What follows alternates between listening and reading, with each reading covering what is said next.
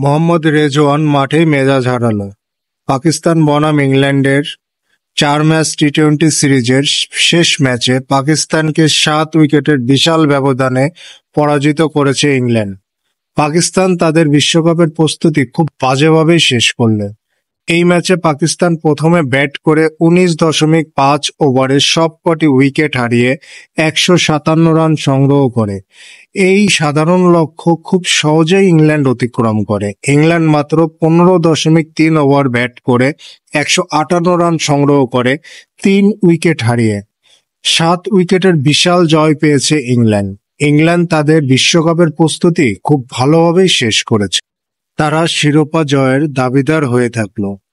সিরিজে player of the match হয়েছে leg spinner Adil Rashid এবং প্লেয়ার অব দ্য সিরিজ হয়েছে ইংল্যান্ডের ক্যাপ্টেন জস বাটলার। আসন্ন টি-20 ওয়ার্ল্ড কাপে কে চ্যাম্পিয়ন হতে যাচ্ছে তা দেখার অপেক্ষায় আছে সারা বিশ্ব। ইংল্যান্ডের এমন দুর্দান্ত জয়ে অবশ্যই শিরোপার দাবিদার হয়ে থাকলো তারা।